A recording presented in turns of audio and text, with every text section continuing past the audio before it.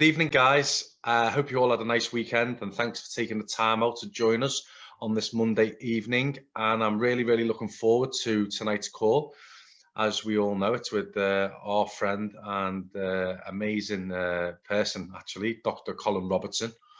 And this evening, he's going to be going through how to understand the blood test. Obviously, Zinzino is the world leading Trondheim blood testing company and has done 630,000 tests on healthy people.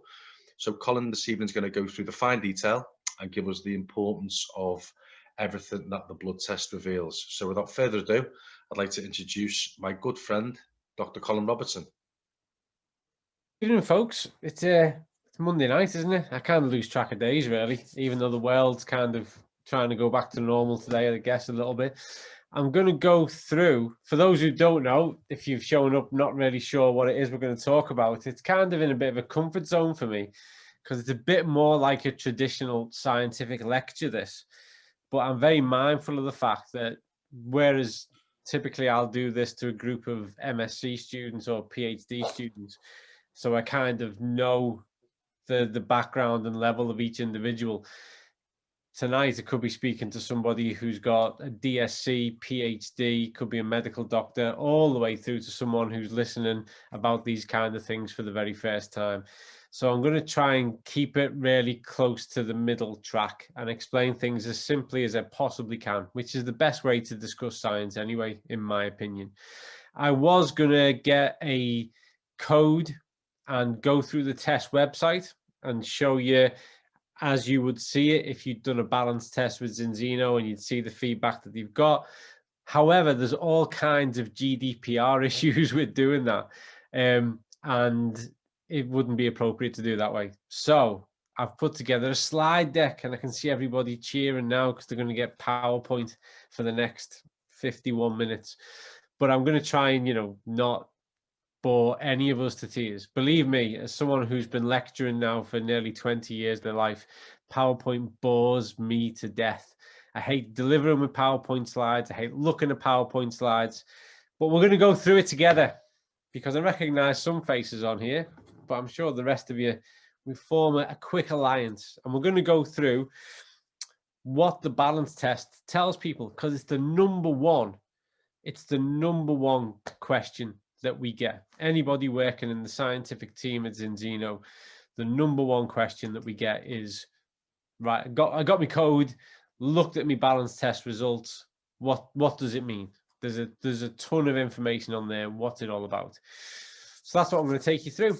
So I would wholeheartedly recommend that you grab one of these and a bit of paper to make a couple of notes as we go through. And bear in mind that this is science. It's not mathematics. So right and wrong answers don't exist here. It's all about investigation, interpretation, analysis. And that's what science does. And there's always reasons why you make choices over the certain things that you do.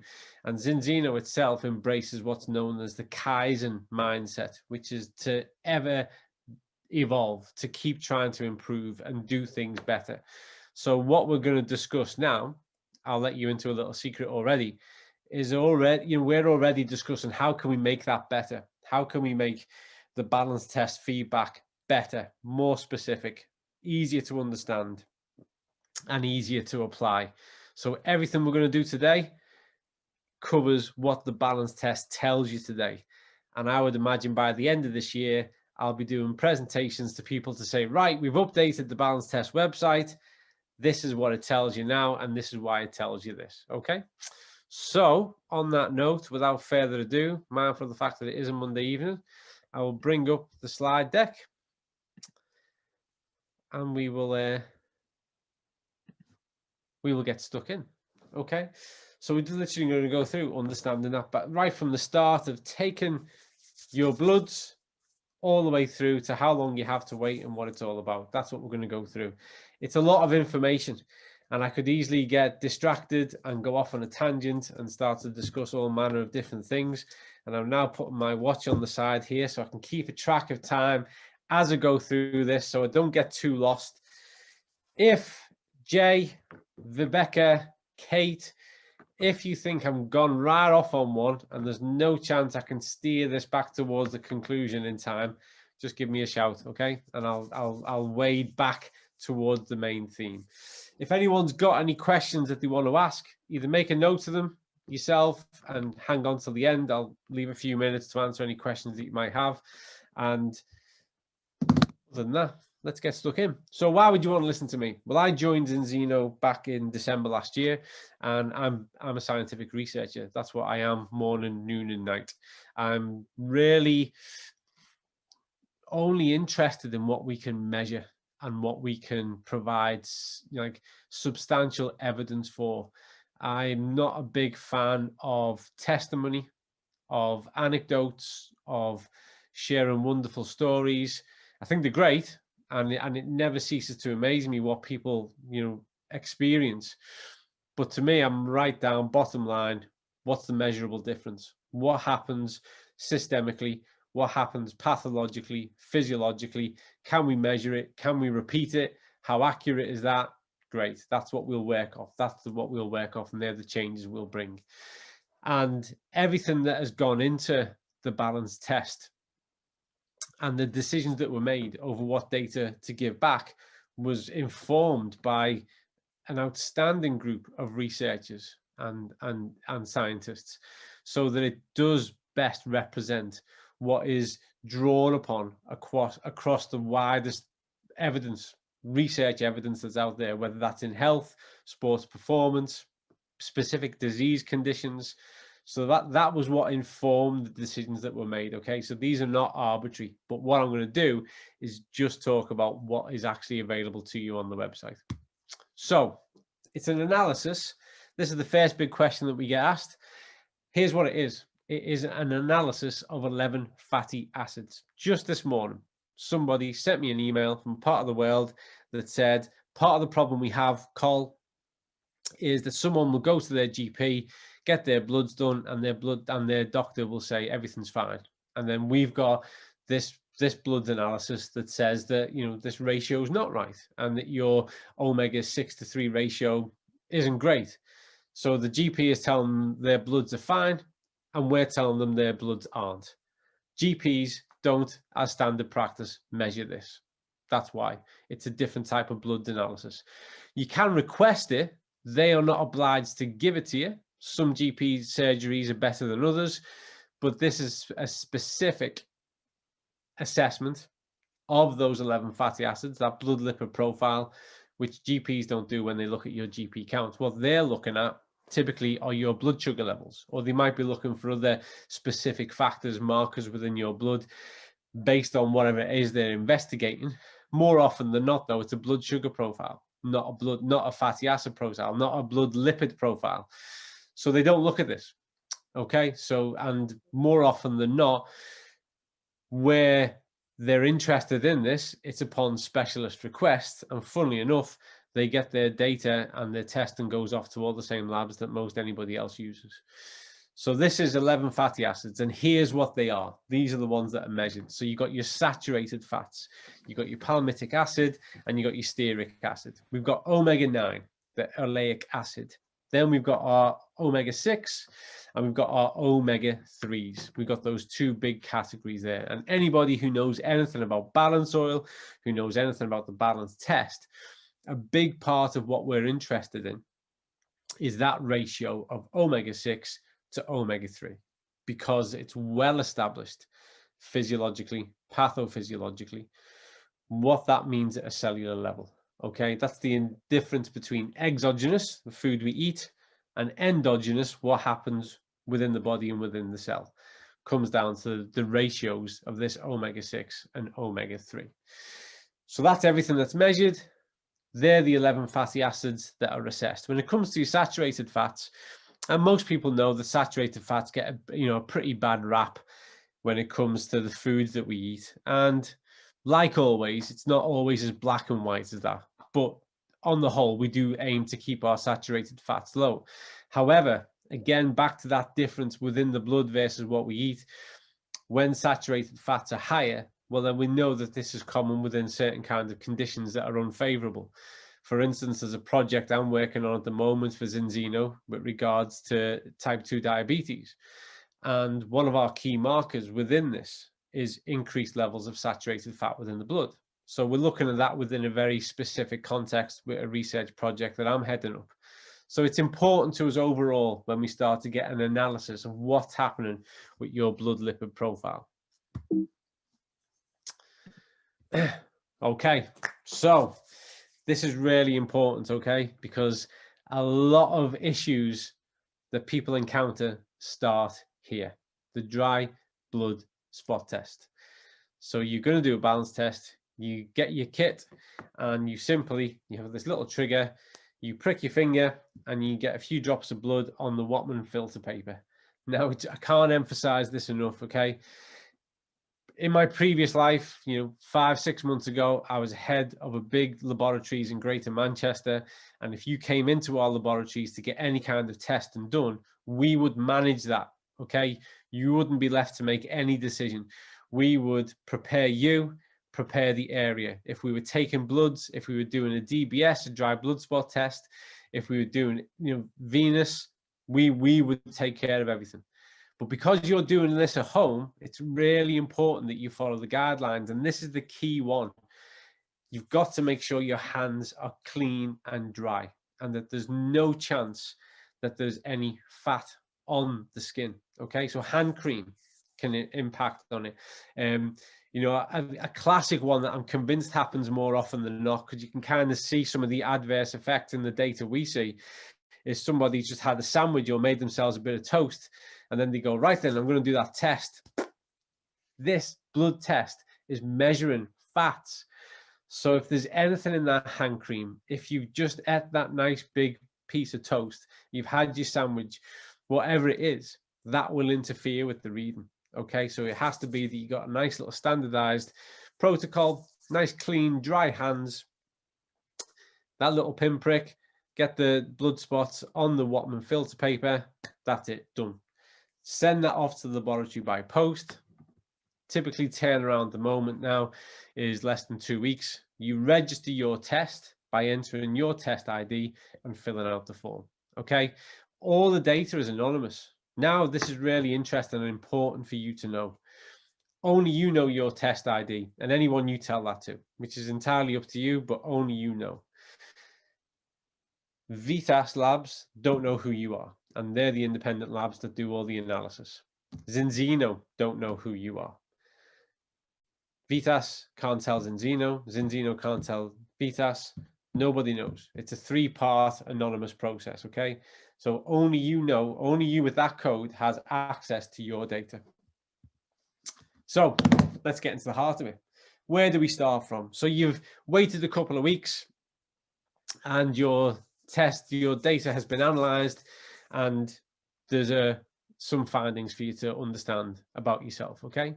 The first thing, which is the big thing that everybody wants to know because it's been talked about a lot, is their omega-6/3 balance, okay? So this is the first thing that's going to be delved into. And this is literally your level of balance is defined as a ratio. Simply put, how much of one thing there is to another. And in this instance, it's how much omega-6, the AA, there is to the omega-3, the EPA. And the EPA is really important, largely because of it's the one most connected with those kind of anti-inflammatory properties, okay? EPA and DHA, the fundamental marine omega-3s, play similar roles in some parts, but we know that the EPA is the one that has a greater propensity towards that anti-inflammatory status within the cell, and the DHA has far more impact and connotations with things related to the brain, okay? So in this instance, when we're looking at that 6:3 ratio, what we want to know is how much of the AA there is compared to the EPA. And that's what your balance is, balance within that cell. And this gives us a direct indication, therefore, to the levels of cellular inflammation. And that's why it's important. Without delving too much at this stage into inflammation and what all that's about, anybody who's anyone knows that that needs to be kept in check. Being in an inflamed state is not a good thing to do. It's essential in the first instance. I'll come back to that in a minute. but over a longer period of time, it's negative, has huge negative connotations. So we want to make sure that at a cellular level, things are nicely balanced and contained. So that's the first thing that you get told about when you get your test. So this ratio approximates the distribution between the vegetable fatty acids and fish fatty acids in your diet. Okay, and we can see this nice little graphic there on the right. A surplus of vegetable omega-6 fatty acids will make a diet unbalanced and potentially pro-inflammatory. Now, omega-6 and the acute inflammatory response is a vital part of how your body protects itself. So when you get a cut on the finger, if you trip over a curb, if you get a cough or a cold, that acute inflammatory response is a part of your survival mechanism. It sends the signal for your body to respond and kick in those immune responses that are going to heal the situation. We don't want to lose that.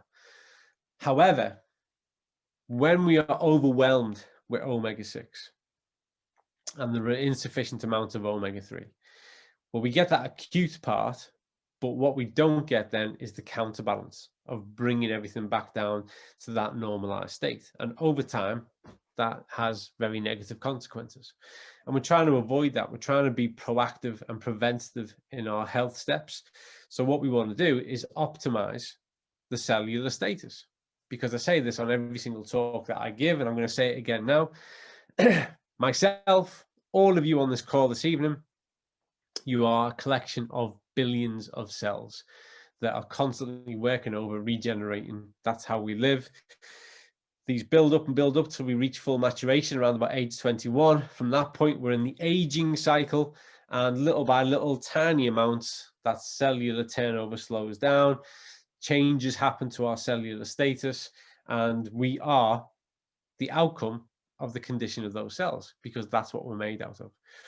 So more and more of the research around certain kind of health factors has delved into this, because it's literally the building blocks of life. And what we know is that when there's a better ratio, there are better health outcomes.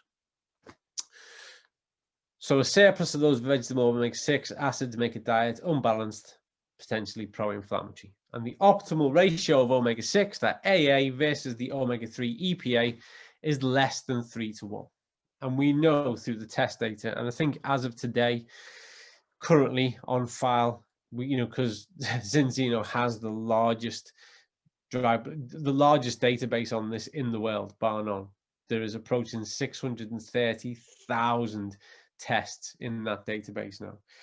And what we see is that particularly across the UK, Europe, United States, we see people up on average around about 14, 15:1. So way outside of what we would call a omega balanced state within the cell. And we know that from that, not only is there a greater risk, but there's a greater reality of that sustained inflamed status within the cell. So the first thing you get told is where you are at on that. What is your score? And for some people, that's all they want to know. They just want to know, what's my ratio? But because we have access to, we have the opportunity to tell you more than that. So why use the AA and the EPA? So the arachidonic acid, the AA, is essential when it comes to that acute inflammatory response. But when levels are too high, it has negative implications, okay? Promoting a prevailing inflamed state. Your body uses the EPA to produce signaling molecules called eicosanoids. These play numerous physiological roles in reducing inflammation. So these guys are going around and they're signaling with regards to reducing pro-inflammatory markers and helping to maintain a normative environmental state. Normalized doesn't get used enough in health terms anymore. Everybody wants to talk about optimal and enhanced and improved, and that's all nonsense. Normal is perfect. Normal is the outcome of 6.5 million years of evolution that we've got in the way of how we've conducted our dietary behavior and our physical activity and exercise behavior over the past 70, 80, 90 years. A normally functioning immune system is a wonder to behold. Normalized cellular ratios is a wonder of nature. That's where we need to be, at those normal levels. Right then, so we're going to leap directly from now. We've got an understanding of what we've looked at and why. We're looking at the difference between those types of omegas, what that means in the context of inflammation. And now we're going into this next phase of feedback that you will receive. You've been told what your 6:3 ratio is. Now we want to look at your protection value. And again, sometimes people will see this data and they'll say, what does that mean? What's really implied by protection? What do you mean by that? So the composition of the cell membrane determines how well you can remember, think, and learn, and how resistant you are to stress, injury, and disease. So that's literally what's being discussed here, is how well protected are you at a cellular level with regards to what these factors add up to. Both layers of the cell are made of fatty acids, and the fatty acids in your diet directly determine the types of fatty acids that end up in your cell membranes. Now then, he says, dramatically pausing for a drink of water. There's an old saying, which I've said countless times, which is you are what you eat. And it's true. Some old sayings stick around because they're accurate and they sum something up perfectly. You are what you eat. And that's not just, I think a lot of people associate that with the notion of what weight they are, what size jeans they get to put on. I think that's the gross terms that people start to consider it on. But it's far more important than that. You are what you eat at a cellular, physiological level. Okay, so what you consume is processed, and it reaches every single cell of your body and starts to make a change and a contribution, either negatively or positively, to that status. Okay. A poor diet and stress increases the cell's cholesterol while decreasing its fatty acid content. This reduces cell membrane fluidity and is associated with numerous negative outcomes: depression, memory loss, poor eyesight, low pain threshold, disease. And just to let you in on something, really, in recent terms, certainly over the past 6 to 7 years, I have been asked more and more to comment on factors that relate to psychology and psychophysiology. And I'm a physiologist. I'm not a psychologist. I've worked with athletes. I've worked with military groups and individuals who are taking on, tough tasks. And as a part of that, you work on resilience and mental strength factors. But typically, from my background, that's been through how we manage and put certain kinds of physical and cognitive tasks in someone's way. But because there's been this ever-growing issue with regards to mental health, more and more people not only prepared to say that they're dealing with mental health issues, but literally dealing with it, and how this neatly and directly correlates to these changes that we've seen in our dietary behavior over time. It's another part of what I believe is this global pandemic that existed long before the COVID-19 pandemic, of these chronic conditions that just build up over time. And the common denominator in them all is quality of diet. And it's interesting because correlation isn't always cause and effect, but we are talking about N population size of millions, tens of hundreds of millions, when we look at these shifts in dietary behavior. And there are even better insights. So when we look at the westernization of the Japanese diet, Japan's health statistics looked nothing like Western health statistics until their food became westernized, and they caught up in less than 10 years. We're seeing this in China now. If you want to go online and have a look, there's a big research area called the China Project. And what we're seeing in China is, in big city areas, we're seeing the westernization of dietary behaviors, and we're seeing those kind of health outcomes that match what we see across Western Europe, UK, USA, Australia. And then more recently, we're seeing this across India as the diet becomes westernized. So this correlation isn't always cause and effect, but there's such an overwhelming amount of evidence in the context of this that you can't ignore it either. And also, we see the reverse of this. So where we see people in good cellular status, who don't have an over-reliance on ultra-processed foods, who move more frequently, we see less and less and less of these issues, almost to non-existent. So this has real importance to us. This isn't just science for the sake of science. This isn't just looking at things at a cellular level so we can invent a problem.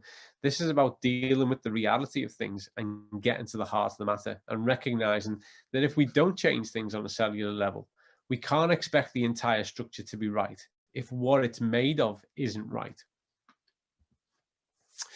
So this is quite long-winded, but I'm just going to whistle through it for those of you who might be interested and have a background in maths. How we look at your protection value calculation, it's quite involved, to be honest with you.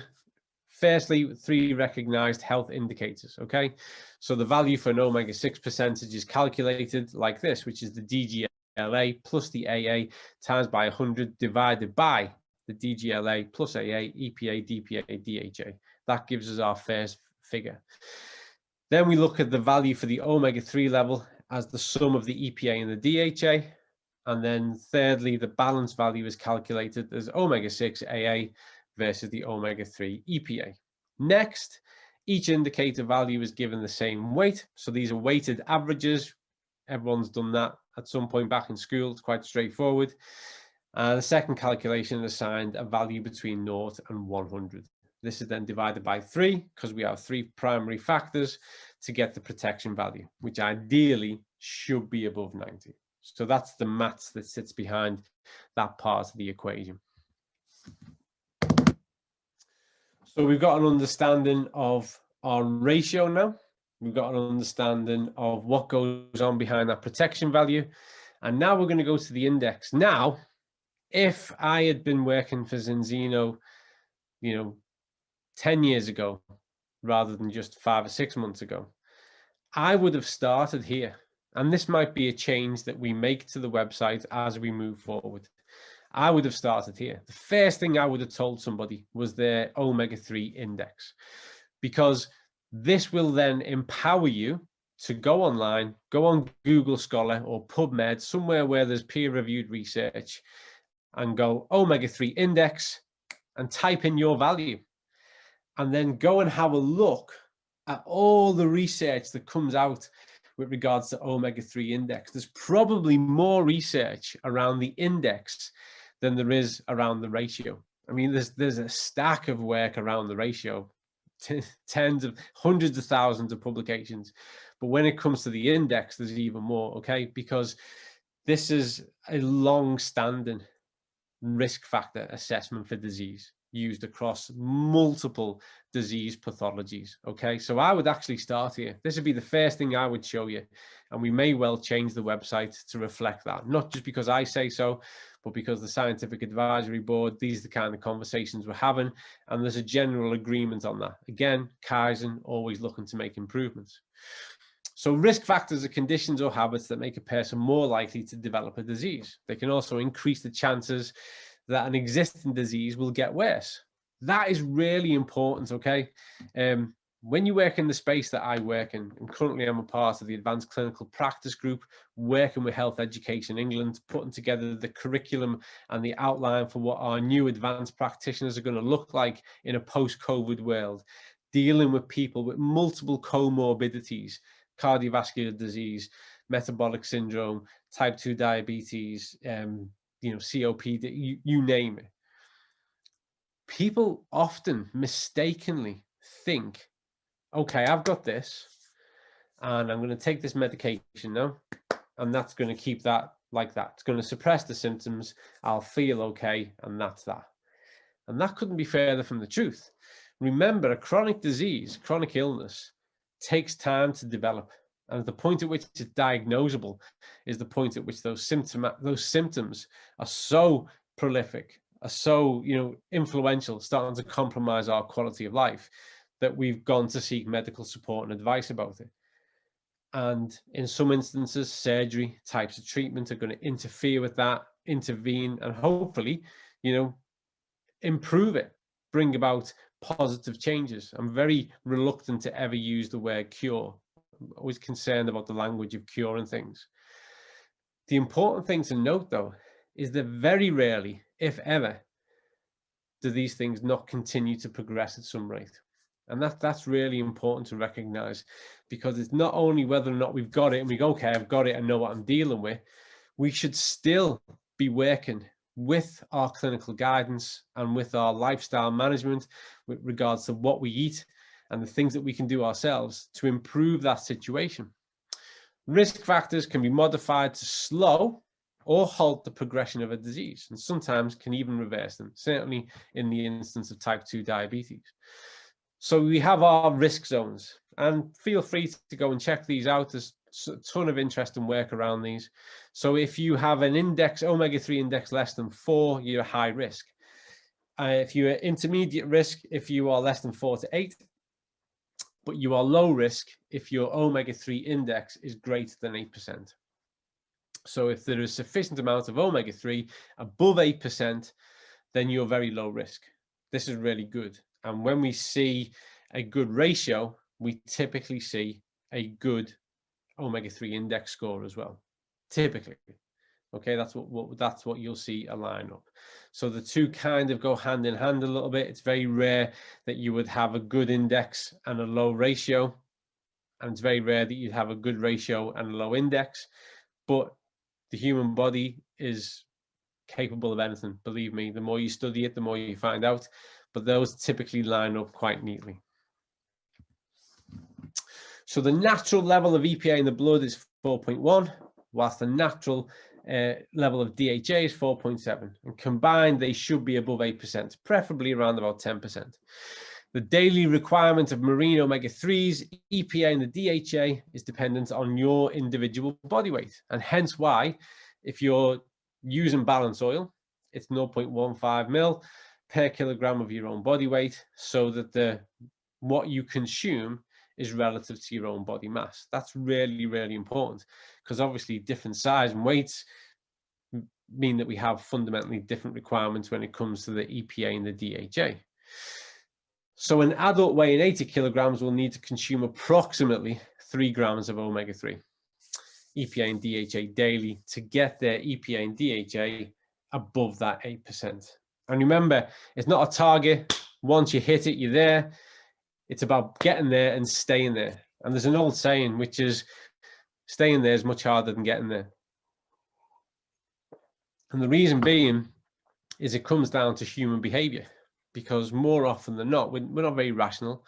More often than not, there's this kind of target, and then we get there, and then we kind of go, right, well, that's it now. Yeah, feel okay.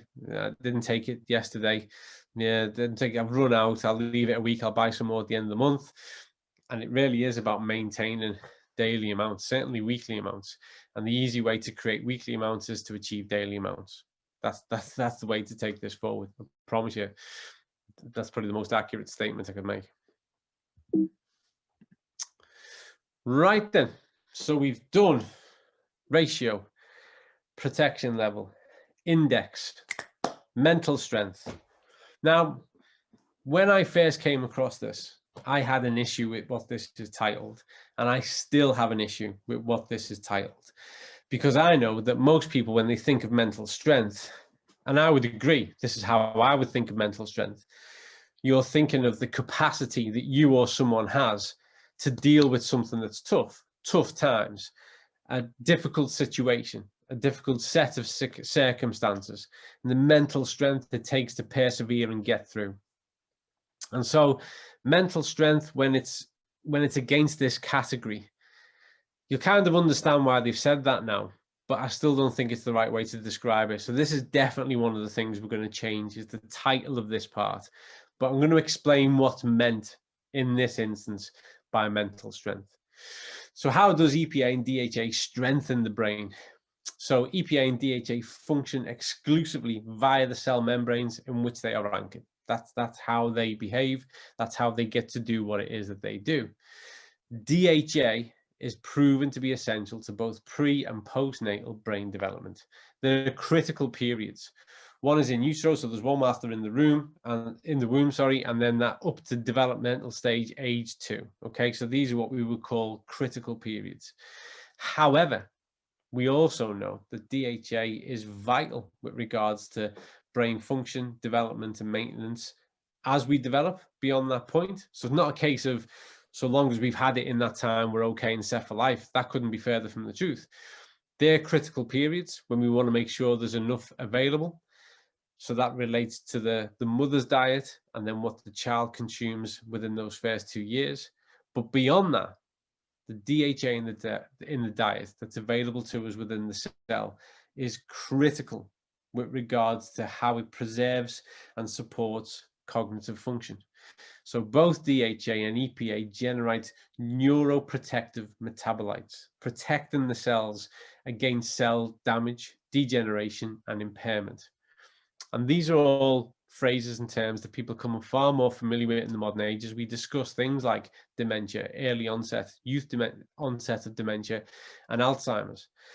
Also, something that's of interest of me, because even though I'm no longer primarily based in a big university anymore, I'm still fascinated with how people learn and what learning is, because I've always held true to the philosophy and belief that any intelligence is malleable. Anybody can learn. Anybody can become highly intelligent if they're prepared to work at it and do what's required. It's like a muscle. It needs to be flexed and it needs to be nurtured in the same way. But just like a muscle, it requires the right nutrition to grow. And what we've seen, as we've seen these dietary changes over the past 70, 80 years, whilst there's this strong correlation between a downgrade in dietary behavior and an increase in chronic disease and those kind of conditions, we've also seen a decade on decade decrease in the average IQ across the US, UK, Western Europe, pretty much around the world. Again, you are what you eat. And so the DHA and the EPA is so important, particularly the DHA in this context, with regards to our cognitive capacity in order for our brain to function. EPA influences behavior and mood. If you are if there is higher levels of systemic inflammation, we know that has a negative impact on our mood state, more likely to be depressed, have dark, brooding thoughts, become quite introverted, anxious. These kind of things are associated with that. DHA is the main omega-3 fat in your brain and is essential for a fully functioning nervous system.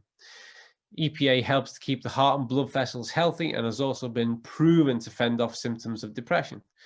Higher intake of omega-3 fats is directly linked to reduced risk of declining mental ability, characteristic of different types of dementia, including Alzheimer's. And both EPA and DHA are recognized for their capacity to fight inflammation within the body. So there's a lot of times when people are reluctant to discuss things on these terms because there is a compulsion to think only of mood state being influenced by emotions, when in fact we know, and it's long standing within the research and the evidence, that emotions can be triggered by the foods that we consume, and we start to get into this negative cycle. Most people who've shown any interest in nutrition will understand the dopamine cycle. So, you know, binge eating or comfort eating. Well, what is comfort eating? Comfort eating is a simple process of, you don't feel great, something has upset you, you feel in a low mood, and so you go to a comfort type food. Comfort type foods are typically personified by they either have high sugar, high fat, or high salt. Sugar seems to be the primary go-to one in Western industrialized nations. So someone's feeling a little bit down, depressed, and they go and get the tub of ice cream out the fridge. They go and get the chocolate bar, whatever it is. They consume that food, whack, dopamine is released, okay? So we get the dopamine cycle and we start to get the dopamine flood and we feel better. That's why it's a comfort food. It triggers the dopamine response. So then we've done that, and pretty much as we eat, we get more and more of a flood of our dopamine response. So we're getting the comfort that we seek, and then we put it away. That wears off. We feel dark and depressed and upset again, and we remember what made us feel good, that comfort food, and we go and have more of it. There's a problem with that cycle. Most of those foods lead to excessive calorie consumption. Most of those foods lead to increased inflammation. Most of those foods are typically nutritionally very, very poor, don't actually offer a lot other than the core component, the high sugar, the high salt, the high fat. So our emotions can be driven by the types of food we eat. So we've got to break the cycle. At some point, you have to bring about a change. And that's the hardest part. Believe me, as someone who's been working with humans my entire professional life, the hardest part is breaking those behavioral cycles and bringing something else into play. And this is a powerful way to bring that about. Okay, this is a powerful way to make sure that we have sufficient levels of this, and in itself can interfere and break the dopamine cycle. So the mental strength ratio is the balance between omega-6, the AA, and the omega-3s, both of them now, which is the EPA and the DHA. And this value should be below 1:1, okay? So that we should have an equal, if not negative, ratio on that one, okay? Moving on to cell membrane fluidity. And I'm always careful, and I'm becoming more careful in how I describe this to people, because there's a lot of poor explanations. And I really try in an endeavor to simplify it. I don't want to oversimplify it and then give someone the wrong idea. So bear with me on this one. So the ratio between saturated fatty acids and the omega-3 essential fatty acids, the EPA and the DHA, is indicative of the cell membrane fluidity. Okay, the more saturated fats there are in a membrane, the more rigid the membrane becomes. Now, this is really important because it needs to be fluid. It needs to be malleable so that nutrients can get in and toxins can get out. When the membrane becomes rigid, that fundamental aspect of the membrane gets compromised.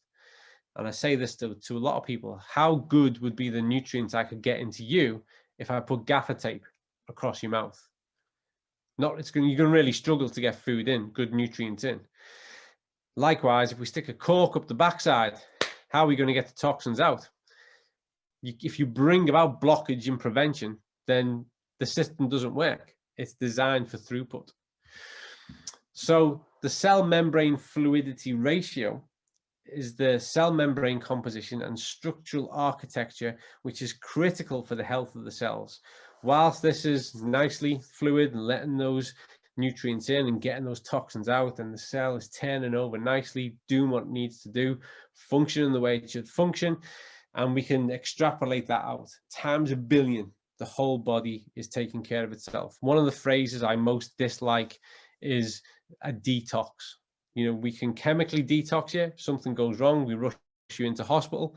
The other way that you detox is on a daily basis every time you go to the toilet. The body's great at detoxing. But cellular detoxification is very much a real thing. And that's whereby once those nutrients have gone in and they've been spent, they've served their purpose, in order for the cell to receive new nutrients and in order for the cell to maintain its healthy status, it has to get those toxins out.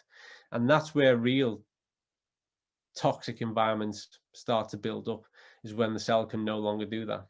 So on the one hand, the membrane needs to be rigid enough to provide sound structural, architecture, but on the other, it needs to be fluid enough to let nutrients in and waste out.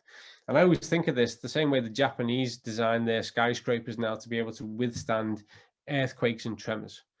So they've got to be rigid, they've got to be able to hold form and do what a building does, but there has to be sufficient built in for its structural flexibility in order for it to be able to move and go with the shocks. And that's probably a good way to think of it. It needs to be formed and architecturally sound, but it needs to be dynamic and fluid enough to let that process happen. And that value needs to be less than 4:1, so that we know our cell membrane is as it should be, allowing things to happen as we need them to happen. This takes us now to the arachidonic acid index. AA is the most important omega-6 fatty acid your body is unable to make.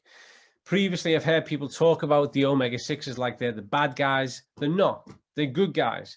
They help with our acute inflammation. However, they become bad guys if that's all we've got and we don't have a sufficient amount of those omega-3s. That goes all the way back to that index. So 6 is not a baddie. There's too much of it. It is a baddie. And I like to kind of compare that to carbohydrate in the diet. Carbohydrate's really good, but if you've got too much carbohydrate, then it's not so good anymore. It's about having things in the right ratio. AA is the starting point to produce hormones involved in physiological inflammation processes, which are triggered to protect your body from infections or injury. And good average values are in the range of 6.5 to 9.5, optimum 8.3. That's where we want to be. However, due to genetics, some people have a lower or higher than average AA production. If your value is below 5%, you may benefit from adding foods high in AA to your diet, such as chicken, turkey, pork, and farmed salmon. If your value is higher than 10%, you may benefit from reducing those down, bringing those down a little bit and managing that through your dietary choices. So that's all the stuff that you will be told about when you've had your code and when you've had your test data. And all of those areas have a potential to be subject to show a positive or negative change. So why do you have to wait 120 days? So you've done your test, you've either massively changed, overhauled your diet, or you've started to take your balance oil, and you're going to do that now for 120 days so you can measure and see what's happened. Well, the life cycle of red blood cells is approximately 120 plus minus 20 days. So we know that by that time, you should have either a complete new set of blood cells or way above 90%. So we're going to get a much clearer insight to where you're at now compared to where you were back then. So after 120 days, we can measure a whole new collection of cells and determine how much of you has changed at a cellular level and where those ratios, those index, those protection values, where they all stand now in the context of how you've behaved in that intervening time. The test is a double-blind test procedure. VTest is GMP certified, it's independent, world-renowned, to be honest with you. I'd heard of VTest up until April 2020. I'd never heard of Zinzino. I heard of VTest 20 years ago. It's a world-renowned laboratory. It's got 25 years of experience providing high-quality chromographic analysis, uses cutting-edge technology. It's double-blind. Neither the lab nor Zinzino knows who submitted the test. The balanced test ID means that only you can see your data. And you go to zinotest.com, your results will be displayed when you enter your balanced test ID. Any of the data that we have access to is completely blinded, impartial. We have no idea. With the best will in the world, all we can know are regions. That's as close to being able to locate the test data gets for us. And what I mean by regions is Finland, Norway, France. That's it. That's it. Everything else is just what we see as changing within that blood lipid profile. That's the only things that we can see, which is interesting enough. And believe me, as a researcher, I'd love to know more. I'd love to know the gender and the weight and what the person was eating previously and whether they've made any changes to the diet and what's the physical activity and their exercise life and do they smoke. I'd love to know all these things, but we don't. And it's important that there is a cutoff in the data collection so that it remains a double-blinded, impartial, objective assessment for the individual, so that all they're getting is an insight to their own cellular physiology and their own cellular status. So you've done your test, you have the knowledge, now you have the power to make a change. Knowledge isn't power, applied knowledge is power. The important thing is to do something about it. And in the rare occasions, and it is rare, sadly, that somebody gets a test result that says, yep, your ratio is really good, your index is really high, your cell protection is excellent, mental strength factors are great, good stuff. The important thing is to recognize how that's happened and maintain that best practice. And as we go forward, recognizing that things like age start to work against us, changes in our physical activity levels, quite subtle changes to our dietary behavior. So it's about being mindful. So even a really great test should inform changes we intend to make as we go further down the road. However, for the vast majority who sit way outside that required less than 3-to-1, 4-to-1, above 8% on the index, it means making a change right now. That's the only way you can genuinely be preventative in your health practices. Right. Not bad for timing, that. Not bad for timing. So that was quite a scientific talk through for this evening. Thank you for sticking with me. We have got a few minutes left at the end to address any questions that you might want to chuck in. Rebecca has mentioned in the chat, for anyone who's not seen it, I think they talked of mental well-being. That is one of the ones that's come up, Rebecca. We've had, so with regards to that mental strength that I said I don't like the title of, and hopefully you understand why I don't like the title of it now. Mental well-being has been one that's come into it. Brain status is another one that's come on. It's hard because when you're talking about things on those terms, it's hard to say something without it sounding like a 1970s Hammer House of Horror film, or you sound like you're writing one of those books that's like a, you know, a kind of go out and conquer the world book, a self-help book. So we'll find a title that better fits than mental strength. But any questions about anything that we've discussed, about those omegas, about what it's telling you, how sensitive they are to change, what it means, anything you like? Still got a few minutes left. Happy to answer anything. Let's have a look. I saw one come in. When it comes to saturated fat, if you're normal in palmitic acid behind stearic acid, how do you know what food is? Are they in the same foods? That's a really good question. So with regards to your saturates, and in reality, I'm a registered nutritionist. I'm registered with the British Dietetics Association.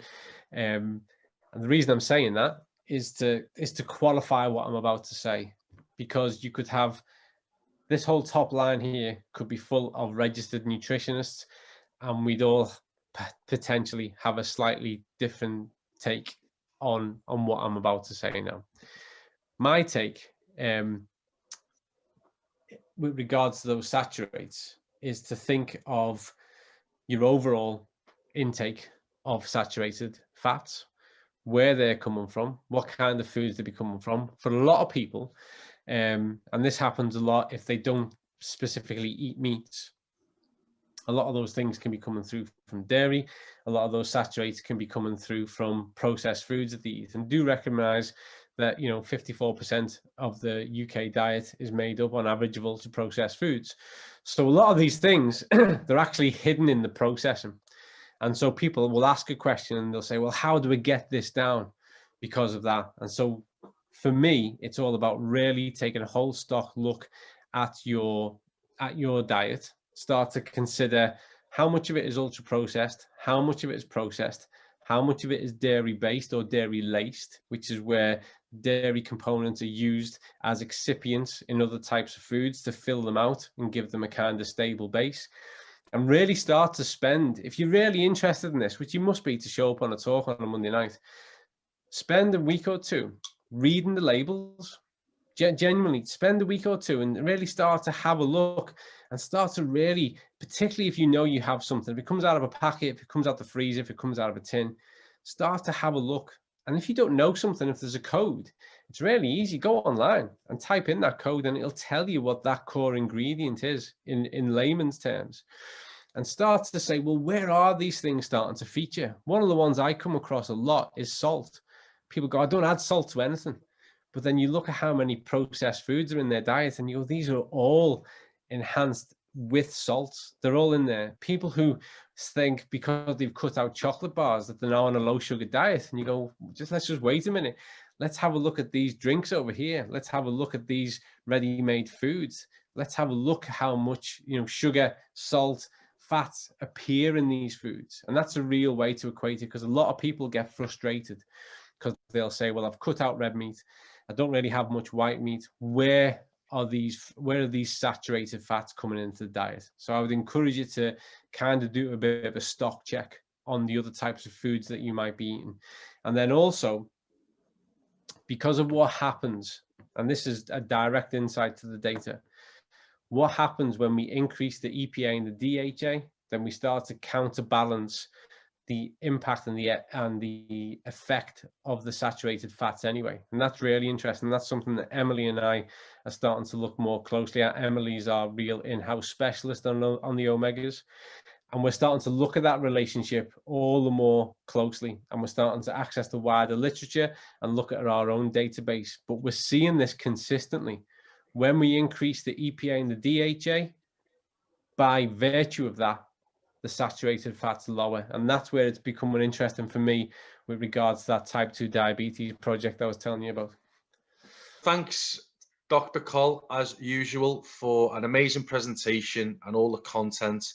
Extremely informative, and you know, it's great to know obviously what the blood test reveals, and more importantly, you know, how would a very bespoke blood test, and the importance of the blood test, really, that we, you know, we expand this and we test as many of our friends and family as possible, really. So yes, thank you so much, and thanks everyone for attending this evening.